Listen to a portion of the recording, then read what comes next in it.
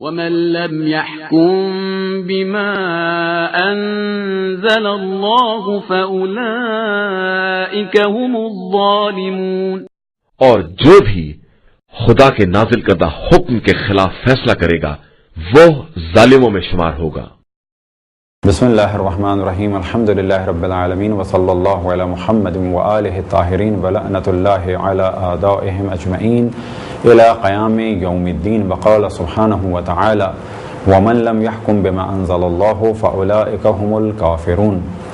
وقال سبحانہ وتعالی ومن لم يحكم بما انزل اللہ فاولئک هم الظالمون۔ وقال سبحانہ وتعالی ومن لم يحكم بما انزل اللہ فاولئک هم الفاسقون۔ موضوع گفتگو قضاوت یعنی ججمنٹ۔ اب یہ موضوع بہت ہی واضح ہے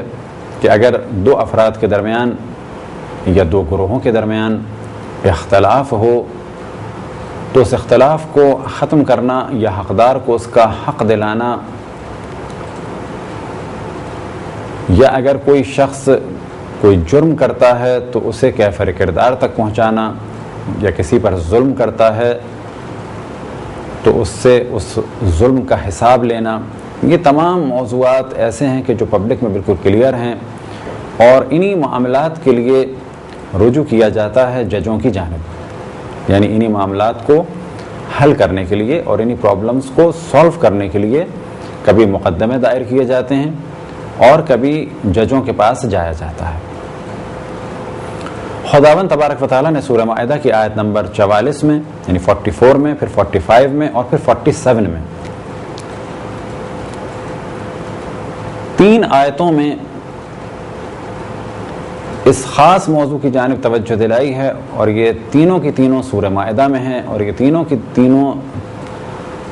تقریباً ایک کے بعد ایک ہیں، پہلے آیت نمبر 44 میں، پھر 45 میں اور پھر 47 میں۔ کہ ارشاد خداوند تبارک و تعالی ہے وَمَن لَمْ يَحْكُمْ بِمَا أَنزَلَ اللَّهُ فَأُولَئِكَ هُمُ الْكَافِرُونَ، کہ جو بھی اللہ سبحانہ و تعالی کے حکم کے برخلاف حکم دے، یعنی جو کچھ اللہ سبحانہ و تعالی نے نازل کیا ہے اس کے علاوہ حکم دے تو وہ کافر ہے، اور پھر آیت نمبر 45 میں بیان ہوا کہ وہ ظالم ہے، اور پھر آیت نمبر 47 میں بیان ہوا کہ وہ فاسق ہے۔ بس قاضی کی جو سب سے اہم شرط ہے وہ یہ کہ وہ اللہ سبحانہ و تعالیٰ کے حکم کے مطابق فیصلہ کرے۔ ایک روایت رسول اللہ صلی اللہ علیہ وسلم سے مستدرک الوسائل میں نقل ہوئی، آپ نے ارشاد فرمایا من جعل قاضیا فقد ذبح بغیر سکین، کہ جسے قاضی بنایا گیا بتحقیق اسے بغیر چھری کے ذبح کر دیا گیا۔ فقیل یا رسول اللہ ما الذبح، کہ رسول اللہ صلی اللہ علیہ وسلم کی خدمت میں عرض کیا گیا کہ یا رسول اللہ آپ کی کیا مراد ہے کہ وہ ذبح ہو جائے گا؟ تو آپ نے فرمایا نار و جہنم۔ اس روایت میں رسول اللہ صلی اللہ علیہ وسلم نے اس جانب توجہ دلائی کہ قضاوت ایک مشکل کام ہے۔ ایک روایت میں نقل ہوا کہ ان القاضی علی شفیر جہنم، کہ قاضی جہنم کے سرے پہ بیٹھا ہوا ہے، یعنی کہ ایسی جگہ پر بیٹھا ہوا ہے پرتگاہ کسی وقت بھی جہنم میں گر سکتا ہے۔ تو یہاں مراد یہ نہیں ہے کہ قاضی جہنم میں جائے گا یا یہ کہ قاضی ہمیشہ جہنم کی آگ میں جلے گا، بلکہ مراد یہ ہے کہ قضاوت ایک اتنا مشکل کام ہے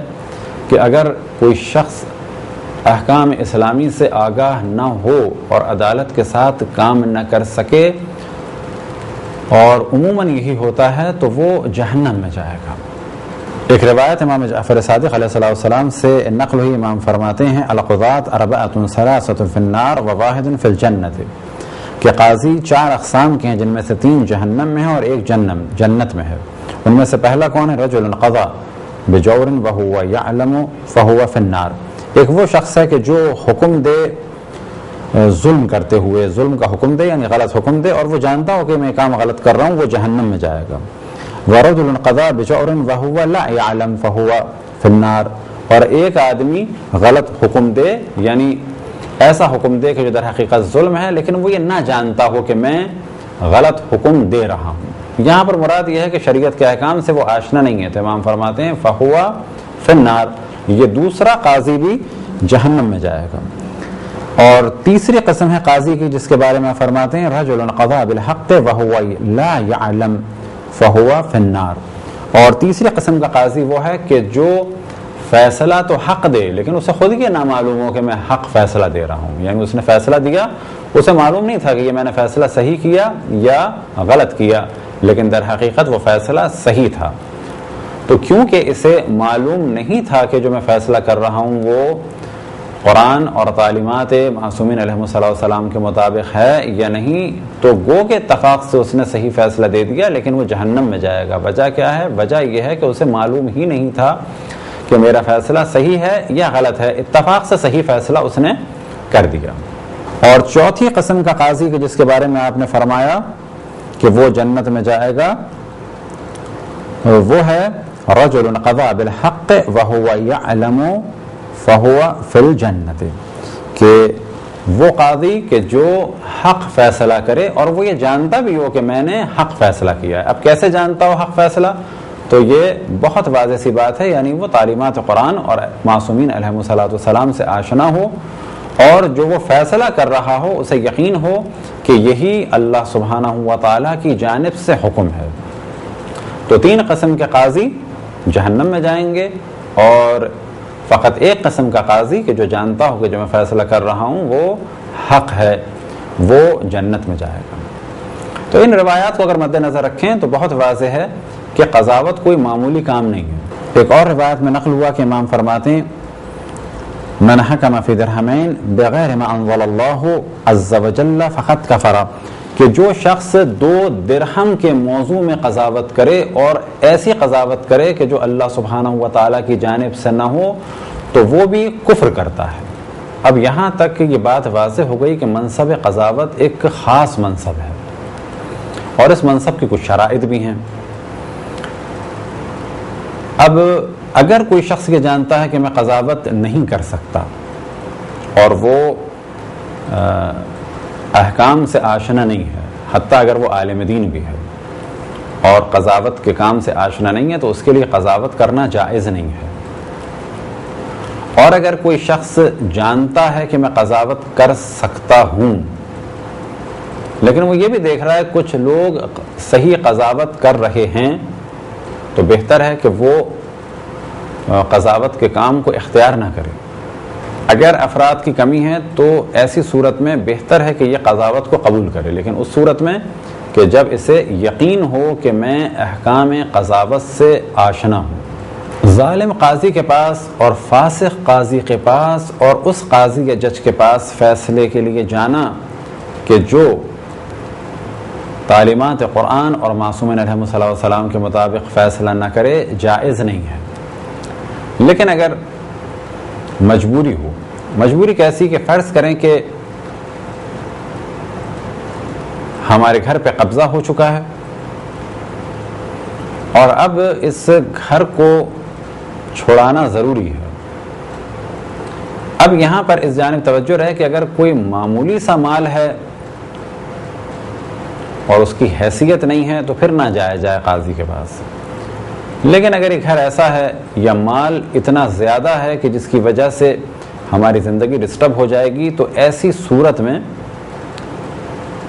اس وقت کہ جب ہمیں یقین ہے کہ یہ مال ہمارا ہے تو ہمارے لیے اس قاضی کے پاس یا جج کے پاس جانا جائز ہے۔ لیکن کب کہ جب ہمیں یقین ہے کہ اس کے پاس اگر ہم نہیں جائیں گے تو ہمارا مال ضائع ہو جائے گا۔ لیکن اس میں بھی احتیاط کی راہ کیا ہے کہ اگر وہ مال انتہائی معمولی ہے اور ہماری مالی حیثیت بہت اچھی ہے تو حد الامکان فاسق قسم کے اور دنیا دار قسم کے اور ان افراد یا ان قاضیوں کے پاس جانا کہ جو قرآن اور تعلیمات اہل بیت علیہ السلام سے آشنا نہیں ہے جائز نہیں ہے۔ اگر قاضی کسی کے حق میں فیصلہ دینے کے لیے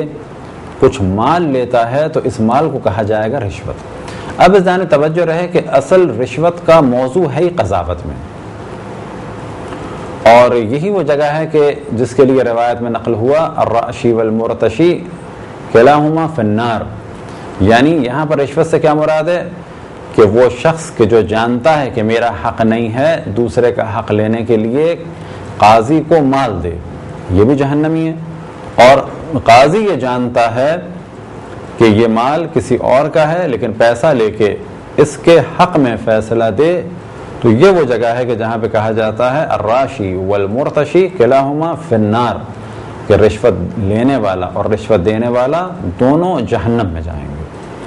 اگر کوئی شخص حاکم شرع کے پاس جائے، اب ذہن توجہ رہے کہ آج کے دور میں حاکم شرع کے جن کے پاس ہم اپنے مسائل لے جا سکتے ہیں وہ کہ تمام مؤمنین کے لیے ممکن نہیں ہے، وہ ہیں مجتہدین جامع الشرائط۔ بس اگر کسی مجتہد کے پاس آپ اپنا فیصلہ لے گئے اور آپ نے پہلے قبول کیا کہ میں انہیں عالم بھی مانتا ہوں، یعنی عالم سے مراد فقط عالم دین نہیں، یعنی مجتہد مانتا ہوں اور یہ مانتا ہوں کہ یہ قضاوت کر سکتے ہیں اور عادل ہیں، اب اگر یہ فیصلہ سنا دیں تو جائز نہیں ہوگا کسی اور کے پاس جایا جائے۔ ہاں، اب اگر کوئی یہ کہے کہ میں انہیں نہیں مانتا، یا جس وقت انہوں نے فیصلہ سنایا اس وقت ان کی عدالت کو میں نہیں مانتا تھا، میں پہلے عادل سمجھتا تھا لیکن اب میں ان کو عادل نہیں سمجھتا، اور یہ مسئلہ بھی اتنا آسان نہیں ہے کسی مجتہد کو اتنے آرام سے یہ کہہ دینا کہ میں انہیں اب عادل نہیں مانتا، لیکن اگر کوئی ایسا کہہ دے تو پھر ایسی صورت میں دوسرے جامع الشرائط مجتہد کے پاس فیصلے کے لیے جانا جائز ہوگا۔ لیکن اگر ایک مجتہد کے پاس یہ چلا گیا تو پھر اس کے لیے جائز نہیں ہے کہ دوسرے کے پاس فیصلہ کرانے کے لیے جائے، لہذا جانے سے پہلے خود اسے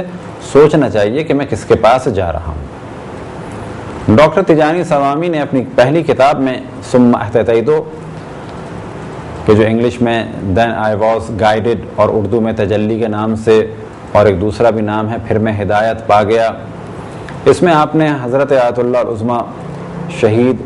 سید محمد باقر الصدر کے بارے میں ایک واقعہ نقل کیا ہے۔ کچھ لوگ ان کے پاس قضاوت کے لیے آئے اور کچھ ہی دیر میں آپ نے ان کے مسائل کو حل کر دیا اور قضاوت فرمائی۔ تو پھر ہمیں ذہن توجہ دلائیں کہ منصب قضاوت کوئی سادہ موضوع نہیں ہے۔